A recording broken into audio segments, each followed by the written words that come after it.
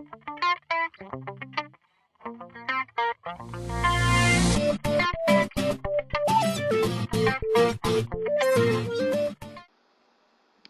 el Señor lo bendiga. Le saluda a su hermano Esgin Calderón Valverde. Bienvenido a Estudio Bíblico. En esta oportunidad continuaremos con el capítulo 22 del Evangelio según Mateo. Jesús nos va a enseñar hoy sobre el tributo. Si debemos o no debemos dar tributo, dar impuestos, pagar impuestos. Escuchamos la opinión de Jesús. En la parte superior tenemos el original griego y en las partes inferiores las versiones de la Iglesia Católica Jerusalén 1976 y Reina Valera 1995. Una de la Iglesia Católica y la otra de la Iglesia Cristiana Evangélica. Versículo 15. Entonces se fueron los fariseos. Tomaron decisión para tenderle una trampa en palabra. Recordemos que Jesús constantemente vivía achacándoles a ellos su hipocresía, su no aceptación, etc. Entonces ellos vienen a tenderle una trampa en palabra, hacerlo caer en alguna palabra para poder acusarle. Dice, enviando a sus discípulos junto con los herodianos era otro grupo religioso, bueno, un grupo más que todo dedicado a acusar y a llevarle al rey las quejas respectivas. Dice que enviando a sus discípulos junto con los herodianos, porque recordemos que aquí hay un asunto político, el asunto de si debemos pagar impuestos a Roma. Si Jesús decía que no, estaban los herodianos que iban a decir, hay un hombre aquí que anda predicando que no se le debe dar impuestos al gobierno. Entonces vienen los herodianos diciendo, maestro, sabemos que tienes la verdad y el camino de Dios en verdad enseñas, y no te cuidas de nadie, pues no miras el rostro de los hombres, es decir, no miras las apariencias, es decir, conoces el corazón. Pero detrás de esta frase lo que hay es una actitud hipócrita, porque ellos dicen algo que en su corazón no sienten, pero es la estrategia que utilizan para hacer caer a Jesús en una trampa de palabra, como dice el original griego. Entonces viene y después de esa adulación le pregunta, dinos pues, ¿qué piensas? ¿Está permitido dar impuesto a César o no? ¿Hay que pagarle impuesto a César, al emperador, al gobierno? ¿Hay que pagar impuestos o no? Si decía que no, ahí estaban los herodianos que iban y lo acusaban. Si decía que sí, entonces se echaba encima del pueblo de Israel, porque ellos creían que no tenían que pagar impuestos a un gobierno que los estaba oprimiendo, subyugando, etc. Entonces tenía Jesús un gran problema.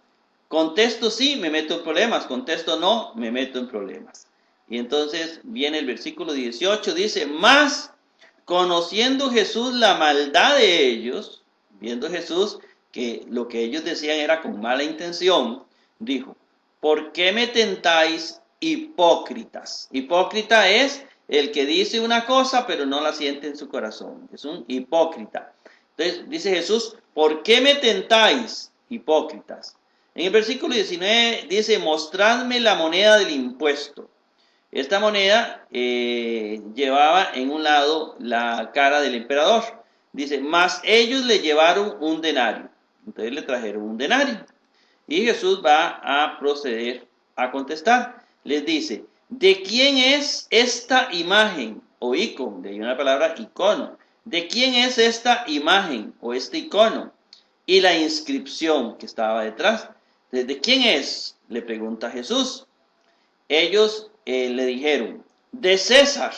Entonces les dice, dad pues a César lo que es de César y a Dios lo que es de Dios. De esta manera Jesús se libraba con una respuesta muy inteligente, una pregunta muy capciosa, que contestar así o no lo metería en problemas. Entonces Jesús dice, a Dios denle lo que es de Dios, y al César lo que es del César. Las monedas son del César, déselas al César. También de antemano está diciendo que debemos pagar impuestos, ¿verdad? Jesús no se niega a que hay que pagar impuestos, de hecho él pagó impuestos. 22. Y oyendo se admiraron y dejándolo se fueron. He aquí la enseñanza sobre el impuesto, sobre el tributo. En el versículo 23 comienza una pregunta sobre la resurrección. En aquel día se acercaron a él los saduceos. Los saduceos se apegaban a la tradición escrita del Pentateuco y afirmaban no encontrar en él la doctrina de la resurrección de los muertos. Los saduceos no creían en la resurrección de los muertos, no creían en ángeles, espíritus, etc., como viene también en el libro de Hechos de los Apóstoles. Dice, se acercaron los saduceos que dicen que no hay resurrección y le preguntaron. Entonces vienen los fariseos con otra pregunta interesante, diciéndole, maestro, Moisés dijo, si muere no teniendo hijos, cásese su hermano con su mujer y levante semilla, semilla es descendencia, la forma de decir ellos, levante semilla, y dice a su hermano, la famosa esperma, ¿verdad? Esperma es semilla, levante semilla a su hermano. Aquí se está aplicando la ley del levirato, está en Deuteronomio 25:5-10. Si muere sin tener hijos, se casa con el otro, etc. Así sucesivamente. Entonces, por ahí es donde ellos se van a tomar con la ley del levirato. Mas eran con nosotros 7 hermanos. El primero casándose se murió y no teniendo semilla, dejó su mujer a su hermano. Dice la palabra de Dios. Igualmente el segundo, el tercero, hasta el séptimo. Todos murieron, todos se casaron con una mujer y ninguno le dio hijos. En el versículo 27 dice, mas finalmente, después de todos, murió también la mujer. Ya murió la mujer. En el cielo se encuentra la mujer con los 7 hombres. Dice, en la resurrección, es decir, cuando nosotros resucitemos, cuando seamos arrebatados a los cielos, en la resurrección, ¿de cuál de los 7 será mujer? Pues todos la tuvieron. Es la gran pregunta. ¿Cómo va a ser en el cielo eso? Es decir, ¿de quién va a ser mujer ella en la resurrección? Y entonces viene Jesucristo con una gran enseñanza. Mas respondiendo Jesús les dijo, extraviados, no sabéis las escrituras ni el poder de Dios. Es decir, ustedes desconocen las escrituras, son unos extraviados. Así le llama la palabra del Señor. Versículo 30. Pues en la resurrección ni se casan ni se dan en casamiento. Es decir, cuando nosotros resucitemos no nos vamos a casar ni nos vamos a dar en casamiento. ¿Por qué? Porque el matrimonio, el estar casados, tiene una función importante.